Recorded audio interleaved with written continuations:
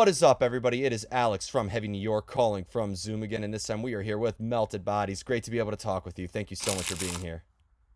Yeah, thanks for having us. Oh, Very excited to be here. anytime, anytime. I sadly had to miss your last show at TVI in Queens, but I heard it was an amazing show. I saw so many pictures of it. It looked like a great show, and I guarantee I will not miss the next Melted Bodies show.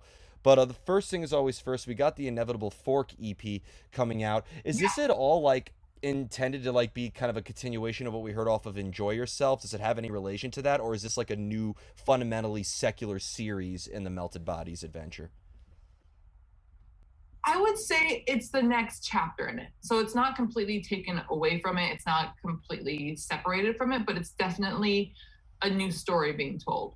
Something with Enjoy Yourself was very much looking outwards and really analyzing what's happening outside and how that affects ourselves, of like the anxiety of like the consumerism and materialism and advertising and everything, and how that affects us. And when we get into Inevitable Fork, it's now we're just looking inside. So we're just taking a closer look of like what's going on with ourselves, and like the fork is this larger question of the fork in the road of, do we continue doing what makes us happy, or should we stay stable and safe with what we know what we're doing? Hmm. So that is just a life thing of like what we ask ourselves, and those questions and the anxieties that come around like getting older and like realizing like, hey, this thing makes me happy, but it's uncertain. Hmm. This thing is stable and it's fine, it works. So what path are you going to take? Hmm. That's what we're looking at with this. Did that, obviously that would change lyricism in a way, but did that also maybe guide your hands differently with regards to making the music as well? Did that alter the sound in a way? Because I do notice some differences between Enjoy Yourself to the Inevitable Fork musically as well. Yeah, I think it does. I think it is a growth and evolution musically. We all come from different, not necessarily different, but we listen to so much different styles of music, being heavier genres, being in more pop genres, being more electronic and like this industrial heavy electronic. So we're taking that into account too. And I think it does relate because Enjoy Yourself was more outward looking, so it's a little more fun to be able to talk about other things like, oh man, that's making me frustrated. While Inevitable Fork, since you're looking internally, it gets a little more frantic, and I feel like you get that a little more, and it gets in tonally heavier with like lyrics and music, but also like maybe more frantic. Like we'll see a little more electronic or less like very clear. That's a guitar. Like there's a lot more blending of tones. That's what I feel like we're going into. Just like it's an evolution both musically and lyrically, definitely. Being that this is the Inevitable Fork Volume 1, is this like the beginning of a new series in a way that's like meant to be listened to chronologically and almost kind of like sort of Melted Bodies, Lord of the Rings, if you will? I love that theory. I love that. Look, I'm gonna say yes, but it is more. We wanted to space it out because it took us over a year and a half to get out, Enjoy Yourself, and we didn't want to kind of have that gap. And we know our fans kept asking like, hey, there's new stuff, when is there more stuff happening? And we were like, okay, how do we tell this story? So it's like, here's batches of songs that kind of we wrote in we did write chronologically, like we wrote this first batch together and then this next batch together, and then like the final LP that's going to come out as like one cohesive unit. So honestly, I think once we have it all recorded, we'll see if it makes sense as a trilogy. Hmm. But right now, it's more um, getting it out there to just kind of continuing the story, definitely, Hmm. of seeing if there is a pattern. If the audience finds a pattern, it's great. Let's go for it. But we'll see. We'll see. I think we're still in the writing of the final half of it. So we're in that fork. Will definitely be worth it'll definitely be worth the wait. It's inevitably worth the Yeah. wait, I could tell you that much. It's fair to say though, Melted Bodies. I know some artists are kind of like skeptical on this like way to describe their bands, but I've always said that Melted Bodies is sort of experimental in a way because you are right. There are different inspirations that are incorporated in there. I see people who like grindcore could appreciate this. I see people who like post-hardcore, some more experimental stuff. I could even see prog fans almost appreciating it as well. Does that maybe make it a little bit easier to sort of like step into uncharted territory with the songwriting process? it makes it easier for us not to hold ourselves back. Like if we like something and we're like, hey, this sounds cool to us, because we never put ourselves in the box of like, we need to follow this regimen, we need to follow this pattern. Because we're just playing what we like to play, it gives us more freedom to be like, hey, this sounds cool. In the end, does it sound cool? Does it make us smile? Does it make us pop? So that's the fun of it. And we tap into, I feel like the volume one for Inevitable Fork taps into a lot of like the bits of drum and bass and like 90s industrial stuff that we can tap into but make it our own. Like, okay, how does that work with like a doom metal and like industrial metal, and how does that all come together? And I think it just opens us up more of just doing what's right for the song rather than pigeonholing ourselves. Definitely. And when it comes to like exploring these concepts, whether it will be internal aspects of yourselves in the Inevitable Fork or even external aspects with Enjoy Yourself, why do you feel that this style of music you play is almost the best means of expressing these concepts?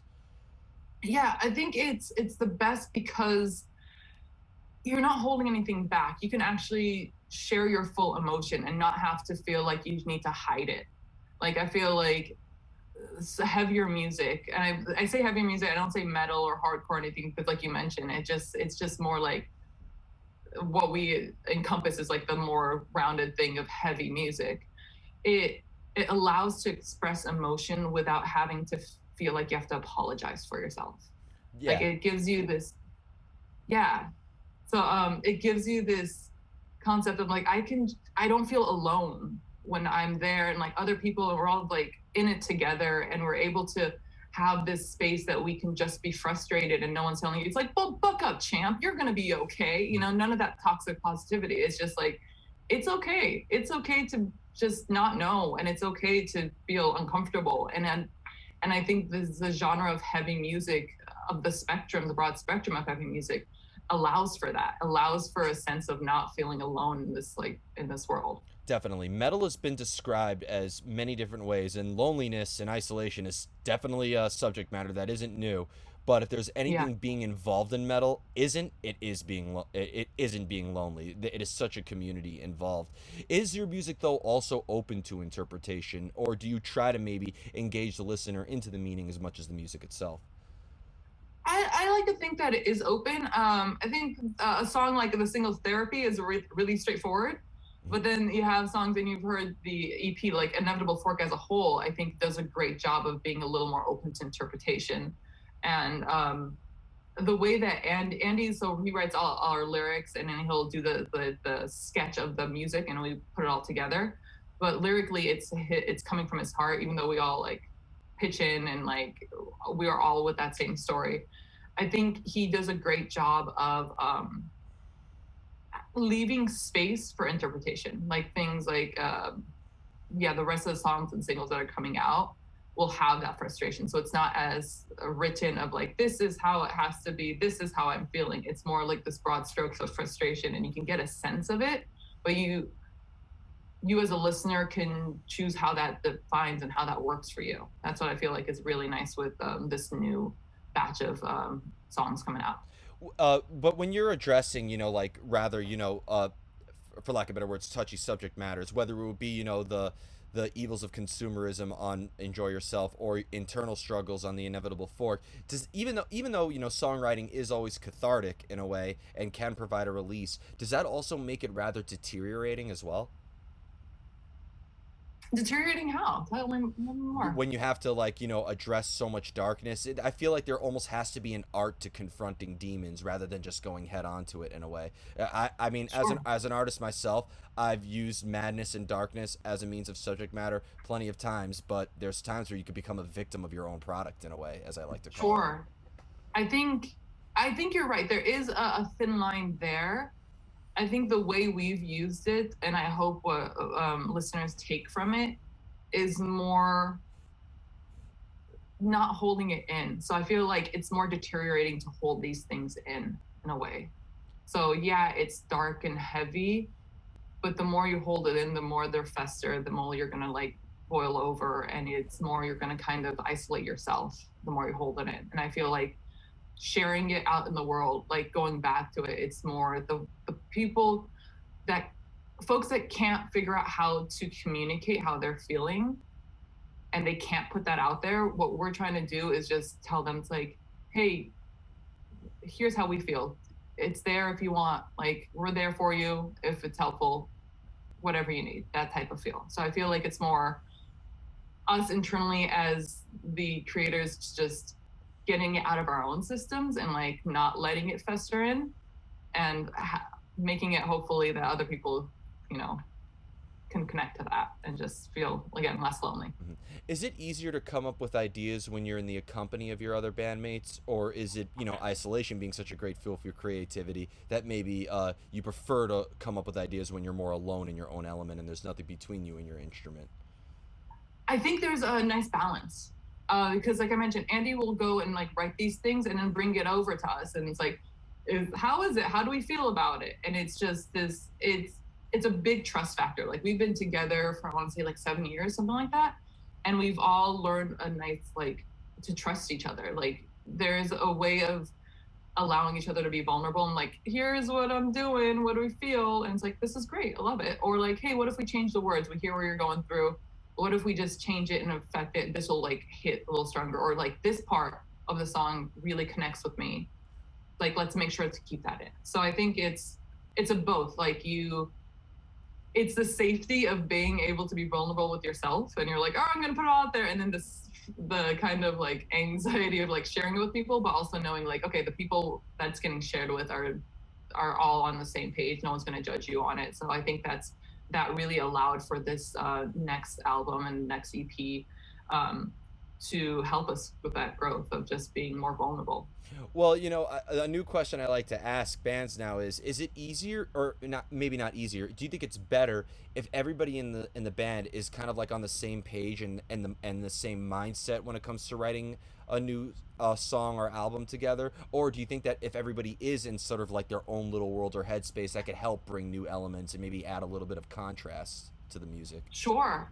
I think it's a balance of both. I think at its core foundation, what I found helpful in bands I played, I can't speak for every band. At its core foundation, I feel like everyone should be on the same page of like the larger goal of it, the bigger the sound that you want to go through, the kind of message you want to talk to.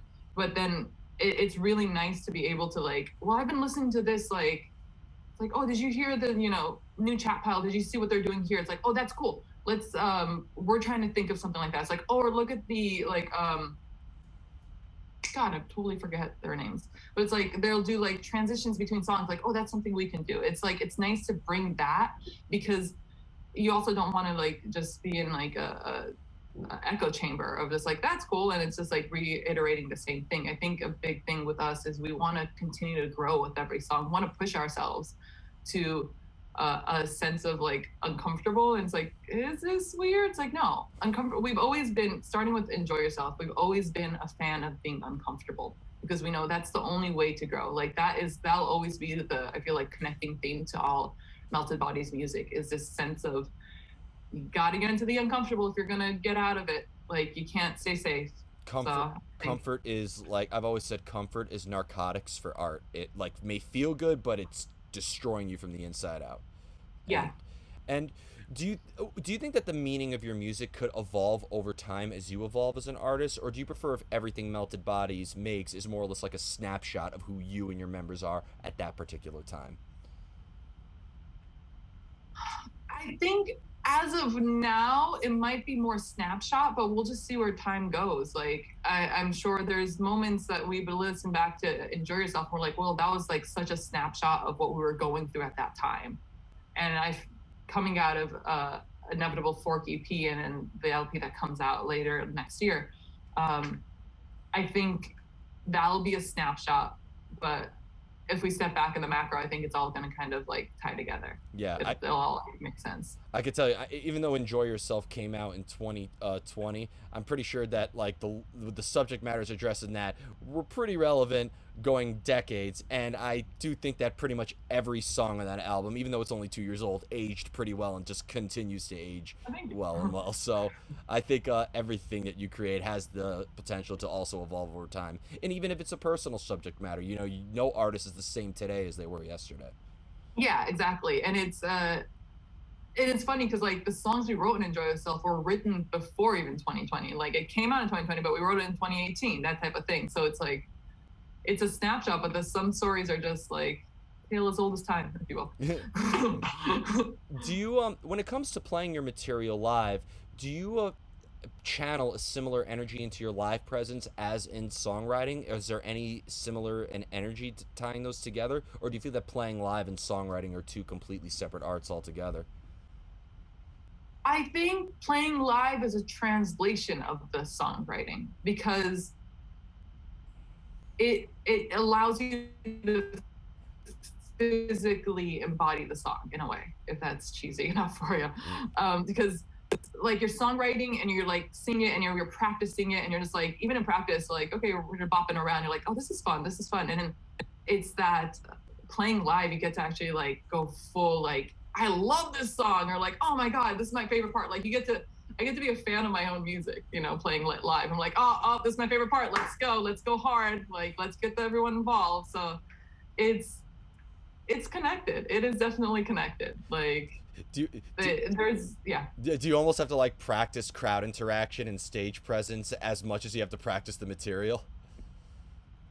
I think when we were first starting off, there were moments I'm like, okay, where can I get, at least me personally, where can I get comfortable with what I'm playing to have more like stage interaction? Now it's just more like, what do, where do I want to have fun? Like it really is. And Andy does a good job about his stage interactions too, of there are moments in songs that naturally to us that are like, oh, this is playful. We can be more playful. This is more like there's moments that are like, oh, this are a little downtime, right? That we can kind of have a breather and just show some personality. Yeah. Yeah, When it's a lot of fun playing live for sure. when you and if you were playing when you were playing live and you bring songs from the set list, so you start off with a couple of inevitable fork songs and then maybe do a enjoy yourself song and then more new songs and back and forth, do you think that maybe also adds another layer of meaning behind it? Do you think that could almost like alter a story that's being told, or maybe give it a different type of context? I didn't think of it that way. It is. I think we're trying very hard to do like half and half new stuff and old stuff. We get very excited for the new stuff just because we've been playing the old stuff. But it's like, okay, I don't remember. Like, people want to sing along. It's not just for us. But I think with the new stuff, we were figuring out how like the enjoy yourself songs fit into those sets too. Like, okay, what is cohesive with them? What story, not just like lyrically story wise, musically story wise, what it all works together. So I don't know if that answered your question. Definitely did. Definitely did. And I have two more Cool. questions for you. But being the Yeah. bassist of Melted Bodies, bass is such an important instrument, as in it has both an emphasis on rhythm and melody. Do you prefer to maybe have some riffs or some drum patterns already written before you start laying down your parts, or have you ever had like a whole bass pattern written and maybe the band can write around that? It is. It's not. Yeah. So as I mentioned, Andy comes out with like the sketches of the songs and everything. So a lot of the bass lines are there, and then but like a lot of the all of the lines, like the drums, like the foundation of it's there, and then we take it and then add our own like personality. It's like okay, that's cool. What if we did this riff here, or like what if I stopped playing here? What if I matched the rhythm of the drums here? Because like Scott will like maybe change the drum pattern. I'm like, oh shit, that drum pattern's sick. I want to accentuate it. Or like there's moments here, like there's this quiet that I think a bass riff or like a bass like rhythm can like bring up. So it's yeah, we get the sketches and then it's a collaborative effort of like what sounds cool, because it goes back to just trusting each other. We all know like we all have a good ear of like that's cool. Or there are moments that I'll be like, hey, I tried this. Can we just like give it a go? And we'll play it, and then we're like, and I'll even say it to myself. I'm like, well, it's gonna be messy with the synth doing that line, so I'm gonna step out. And then they're like, oh, why don't you play this riff? I'm like, no, what if it's just a synth? Like, why don't I don't play, because it's gonna stand out better. Like, we do a lot of what's right for the song, not for the part. So it's really that's the thought process. That's a great quote. Like I almost want that on a Melted Bodies t-shirt. We do what's right for the song, not for the part. I would trademark that quote immediately. Yeah. Like No. I'm gonna write to Austin right now, being like, you know what to write in your next press release. Um, and the final question I wanted to ask you, save the most difficult question for last. Are you ready? Okay. How do you know when a song is done? That is a good question. It is for me. A song is done is when we play it and I just smile, like Oh, that was beautiful. from front to back. That really is. I'm all like, that felt good. Like that's really it. When it's not like, oh, something still needs it. I'm like, no, I'm good. I'm good with that. That was beautiful. That was like a very simple but beautiful answer. I'm getting so sick of the a song's never finished, it's just abandoned statement. I keep a tally mark of Okay. how many times I get that answer, and I'm already on my third composition notebook. So You're let, like, okay, all yep. right. So that was a really good different answer. The other best answer, I interviewed Despise Icon yesterday, and they said Yeah. when we're all fed up with each other, which was pretty funny. That's fair. It's like, I'm tired of this damn riff. It's done. Yeah. It's killed. Exactly. So before we go, I want to thank you so much for your time. Such an awesome conversation. I knew when I first listened to your music, I got to talk to this band. I already know that they have really great things to say. Is there Oh, just great. Oh, that means a lot. Thank you so much for taking the time out and listening to it and all these thoughtful questions. Really appreciate it. any time? Is there just anything else that you would like to promote in terms of shows or new music coming out? Like when we could be expecting more Inevitable Yeah. Fork or Melted Bodies, if you're allowed to say, of course. Sure. The Inevitable Fork Volume 1 EP comes out at the end of November, so be on the lookout there. We're going to be a little quieter on live shows because we're going back in the studio to finish up Inevitable Inevitable Fork Volume 2. Ooh, Mhm. mouthful. And then, so that will hopefully come out next springish, fingers crossed, and then come out with the LP probably by like next summer, next fall. So that will encompass both EPs and have additional music. So very exciting there. And always just be on the lookout. We have people always ask us for merch. We have some new T-shirts, and it's really we'll just post them up as soon as we get them, and it's first come first serve. So never sleep on that merch because we haven't really redone runs. And I can tell you one thing, I'm already looking forward to 2023 just from what you told me. So Awesome. thank Thanks you so so much. much. Everybody, we are here with Melted Bodies. Check out The Inevitable Four coming out at the end of November. And if you haven't checked them out before, do check out Enjoy Yourself, their last full length album, a great sign of what is to come. We will see you next time on Heavy New York.